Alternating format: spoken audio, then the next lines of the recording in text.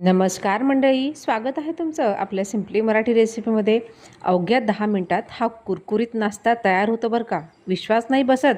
चला तर मग रेसिपीला सुरुवात करूया। तर इथे मी जवळपास 1 वाटी तांदळाचं पीठ आणि 1 छोटी वाटी रवा घेतलेला आहे आणि 1/4 कप दही, त्यानंतर थोडं जिरं, बारीक चिरलेली हिरवी मिरची, बारीक चिरलेला कांदा, किसलेलं गाजर आणि चवीनुसार मीठ टाकून थोडं पाणी टाकून याचं आपल्याला सैलसर बॅटर तयार करून घ्यायचं आहे। अवघ्या 10 मिनिटात हा नाश्ता तयार होतो। त्यानंतर तव्यावरती तेल टाकून हे मिश्रण आपल्याला अशा पद्धतीने पसरवून घ्यायचं आहे।